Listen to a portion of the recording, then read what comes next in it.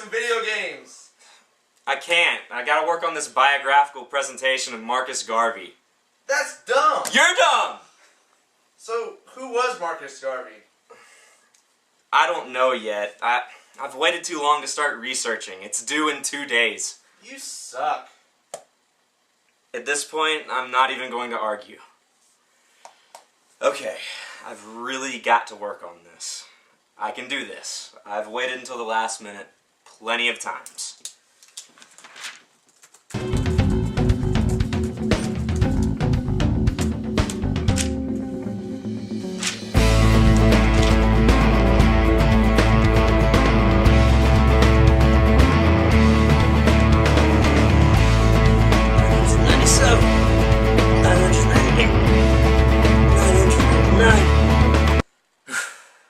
That was intense. Okay, let's see what I got. I have butts, lol, and a doodle of myself as a cowboy. This is definitely not working. I need something to help me focus. Well, why not?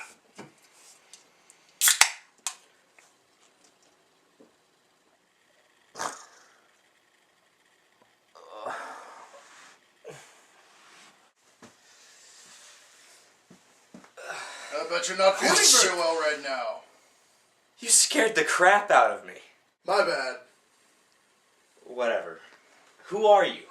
I am Marcus Garvey. Seriously? Seriously. For real? For reals. I was born in Jamaica in 1887. My father and I were both very studious and bookish people. Being so interested in reading and books, I became acquainted with the world of writing articles, letters, and speeches at a very young age. Telling you these things should prove who I am. You don't look anything like Marcus Garvey. I don't? No, look. God, I had an awesome hat. Do you see, though? No. What? Okay. I'm studying to be a social worker, so I need to be racially sensitive here. Marcus Garvey was black. Marcus Garvey is also dead. Let me get this straight. There is a dead man in your living room, and you're more concerned about the fact that he doesn't look anything like the pictures? There are bigger things going on here. For one thing, a ghost apparently being in your house. Well, I guess that would be the only way to make sense of the situation. It makes perfect sense.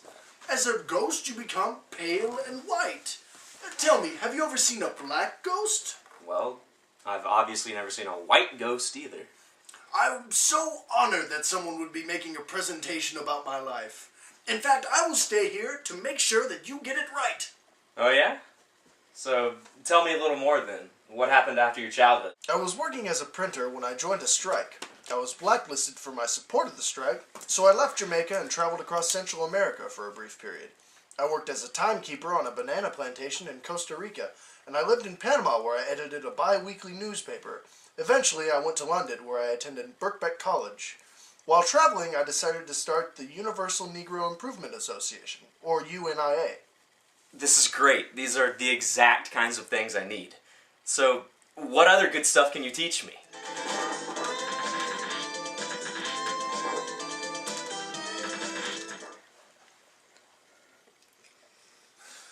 Careful. Go with the grain, not against it. And that is where babies come from. Oh.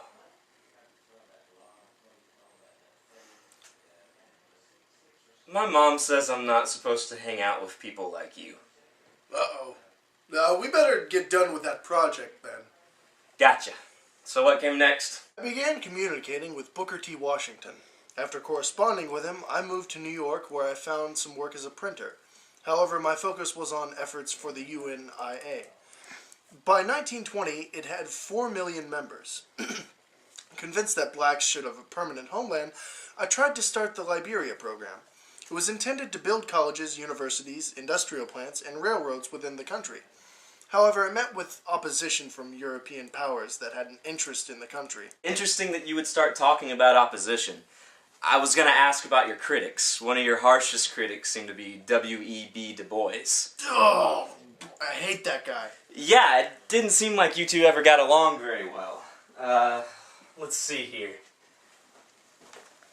He once said that you were a little fat black man with intelligent eyes and a big head.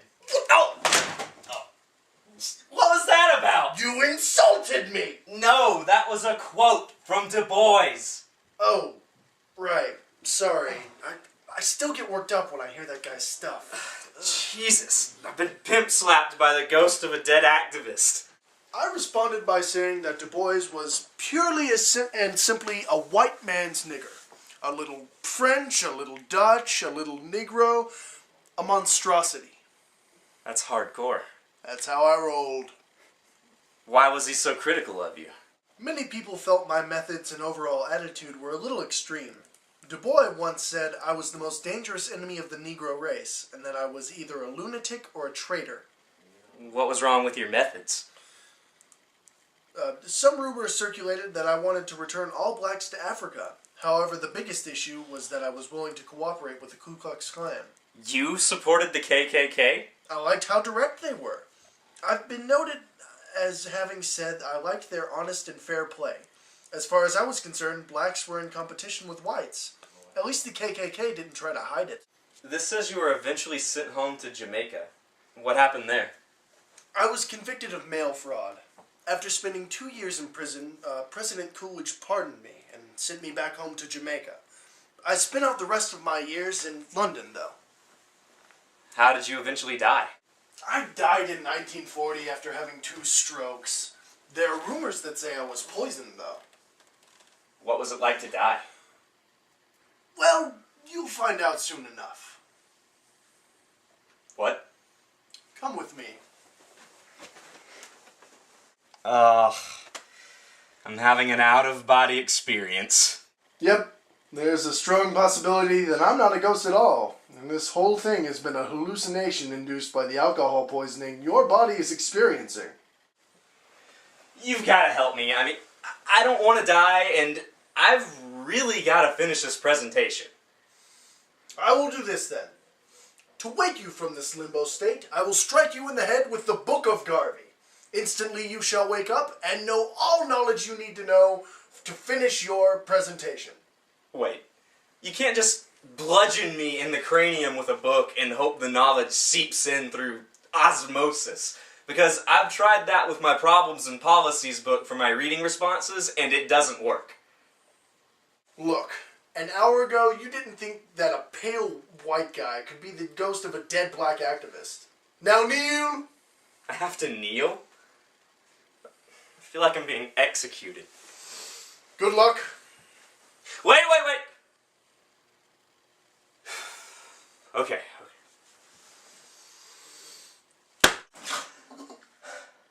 I know everything about Marcus Garvey. This is just like when Neo wakes up in the Matrix and says he knows Kung Fu, but with better acting. This was easy, and to think it's all because I did heavy drinking instead of being proactive about my project. But enough about the wonders of alcohol. There's a presentation to finish.